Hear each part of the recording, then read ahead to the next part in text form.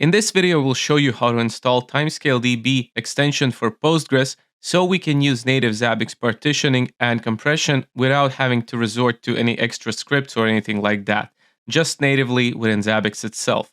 So first off, let's take a look at the Zabbix requirements page. So we'll be running Postgres 16 and we'll deploy one of the supported TimescaleDB versions, 2.19 point whatever minor release we have available. We'll use the latest one.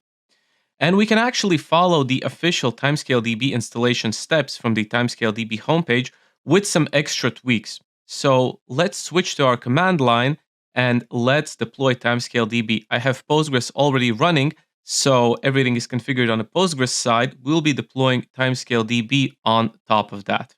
So let's begin. Let's start by adding the TimescaleDB repository, and we can just follow the commands from the TimescaleDB installation guide. So let's create the repository file by using the T command line utility.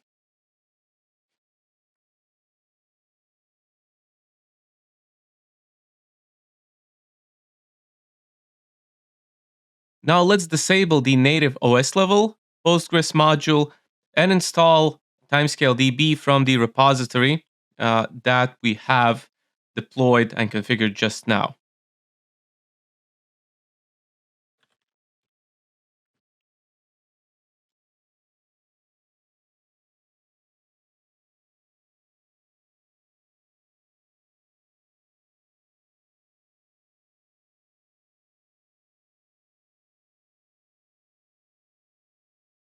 I will do an extra step since I don't want to install the latest TimescaleDB version, but I'm interested in version 2.19 in particular.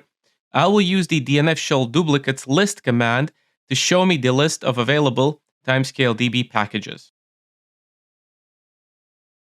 Okay, so I'm interested in 2.19.3 over here. So let's install it via DNF.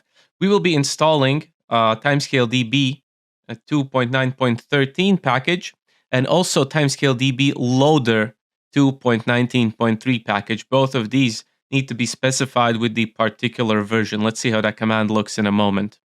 So over here, DNF install TimescaleDB Postgres 16 2.19.3 and TimescaleDB loader 2.19.3, right? So I've specified these particular packages because if I install a version that is newer, so 2.20 for example, some of the TimescaleDB features that we want to use in Zabbix might not be supported, such as compression.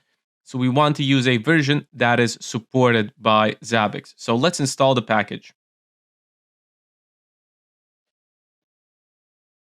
Okay, so that was quite quick. Now let's install TimescaleDB tune, not install, but let's execute it. And this will actually do the initial Postgres tuning with TimescaleDB in mind, right? So it specifies the config file. We confirm that this is the correct config file. And then it starts specifying a couple of parameters that need to be updated. And I will agree with the defaults. In real life environment, of course, make sure that you are consulting with your DB admins if you maybe have some particular settings in mind that need to be changed. But over here, I will just agree with the defaults. They are optimized with OS, the current OS environment in mind, and should be sufficient just for maybe testing an initial environment. But of course, as you scale hardware-wise, for example, on your machine, these will need to be changed. And this actually overrides the Postgres settings that you've had before. So if you have fine-tuned Postgres and are now applying these here, for example, write ahead log settings, right, they will be overwritten. The settings that you've previously specified will be overwritten. So let's accept everything. Our instance is now tuned. Let's restart Postgres.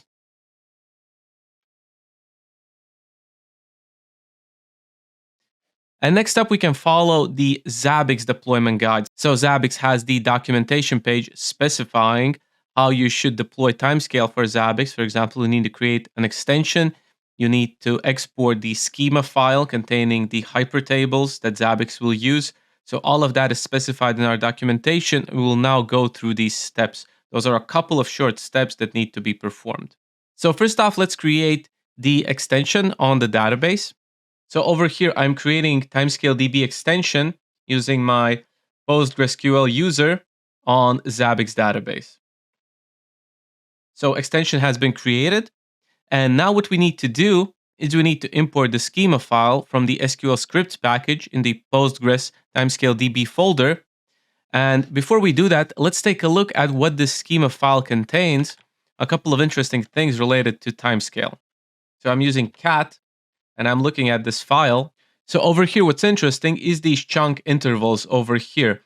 So for our history tables over here, we can see the chunk interval. So these are essentially partitions, we can think of them like that, are 1 day long. Then we have the audit log, which will be 7 days long over here.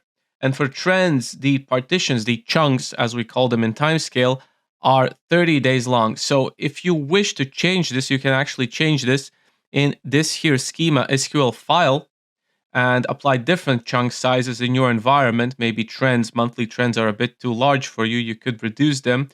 But we will go with these defaults. And this is just for your knowledge that this here chunk time interval setting can be changed in the schema file before you import the schema file with TimescaleDB settings. So now let's use cat and let's import these here changes. Let's create hypertables for history, trends, and audit log.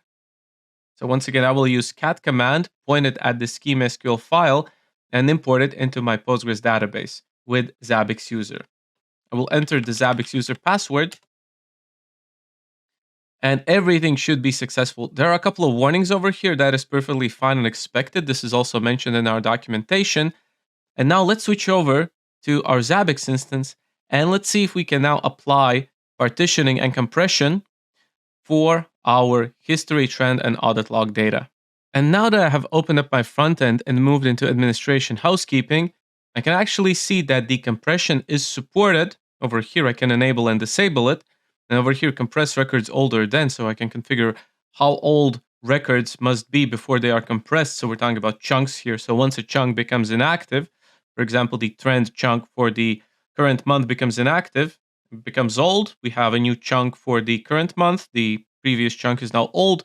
Once it's 7 days old, it'll be compressed. And this works only on inactive chunks, right? So for the chunk of current day or current month or current week, of course, it can be older than 7 days. It will not be compressed. But for old chunks, once a chunk becomes old, once today becomes yesterday, right? We'll start counting. Is it 7 days old? If so, then compress it. So this is compression. Over here, override for history and trend period is also automatically applied because when we're using chunks, when we're using partitioning, we need to have the same history and trend storage period for all of our items. That's a small restriction that we have. So they can be successfully partitioned over here.